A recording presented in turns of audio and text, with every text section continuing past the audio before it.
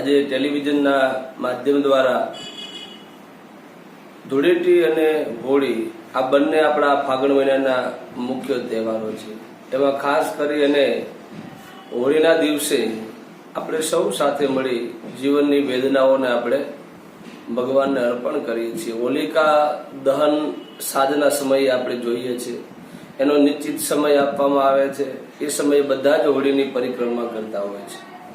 આ ઘણા વર્ષો પહેલાની વાત જોવા જાઓ તો પુરાણોમાં છે અને શાસ્ત્રમાં પણ આનો મહિમા બતાવેલો છે કે હોલિકા દહન, હોલી કોણ છે? તો હોલી જે છે એ ભક્ત પ્રહલાદના ફૈબા છે અને આમ હિરણ્યકશ્યપના બેન છે।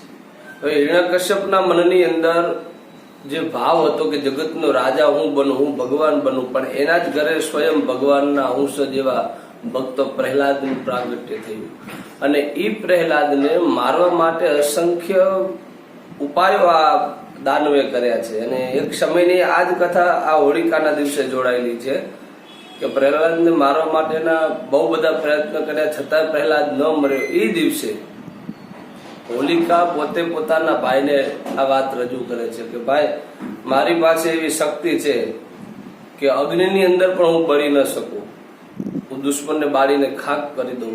તો એ સમયે હોલિકા તૈયાર થાય છે, હિરણ્યકશ્યપો તૈયાર થયા, મોટી એક કાસ્ટને એમ કહેવાય ચિતા તૈયાર કરે છે। એની અંદર હોલિકા અને પ્રહલાદ આ બંને જણને બેસાડવામાં આવે છે। ગામના લોકો બધા ત્રાહિત બની ગયા કે 5 વર્ષનું એક માસૂમ બાળક આજે અગ્નિ સ્નાન કરશે। એ સમયે ભગવાનનું નિત્ય ભજન કરવા વાળા ભક્ત પ્રહલાદ ભગવાનને યાદ કરે છે। આ બાજુ પિતાના મનમાં એમ થયું કે આજે મારો કાંટો નીકળી જશે, એટલે એને મારવા માટેનો જે પ્રયાસ હતો એના માટે અગ્નિ અહીંયા આરંભ કરવામાં આવે છે। અને આ દિવસે સજ્જનો એવી કથા છે કે હોલિકા જે પોતે છે એ વસ્ત્ર ધારણ કરી લે છે અને એ સમયે ભક્ત પ્રહલાદ હોલિકાના ખોરામાં બેસી જાય છે।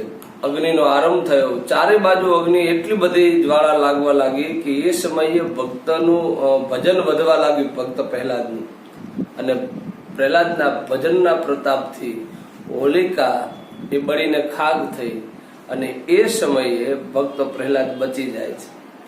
જ્યારે પોતાના પિતાને ખબર પડે છે કે બેન અગ્નિ સ્નાન કરી ચૂકી છે અને ભક્ત પ્રહલાદ બચી ગયા છે, એ સમયે ભક્ત પ્રહલાદનો ભાવ વધ્યો।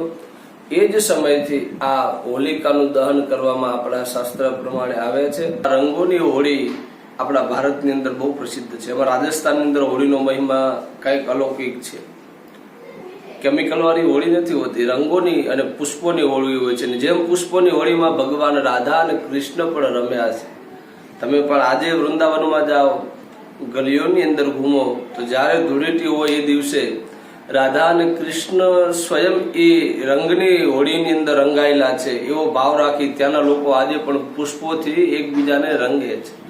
પુષ્પને ચૂંટી એની પાંખડીઓ કરી અને એકબીજા ઉપર પાણીમાં ભીગોવીને અથવા તો એમનેમ પણ એકબીજાના ઉપર મૂકવામાં આવતી અને એ ભાવથી આજે ધીમે ધીમે ધીમે પરંપરાઓ વધતી ગઈ છે। એ સમયે ભગવાન રાધા અને કૃષ્ણ જ્યારે એકબીજા રંગોના અવેજીમાં પુષ્પોથી પણ વધાવતા હતા અને એ જ પરંપરામાં આપણે પણ આજે જોઈએ છીએ। અને ત્યાં આજે બાકી બિહારીનું મંદિર જે છે, પ્રેમ મંદિર છે, વગેરે મંદિરોમાં ધૂળેટીના દિવસે પુષ્પોથી અને વિવિધ કલરોથી પણ રંગ રોગાન કરવામાં આવે છે અને ભાવ લોકો પ્રગટ કરે છે। એમ આપણે પણ આપણે સાથે મળી બધાએ રંગ રોગાન કરીએ અને ભાવથી આ ધૂળેટીને આપણે વધાવીએ।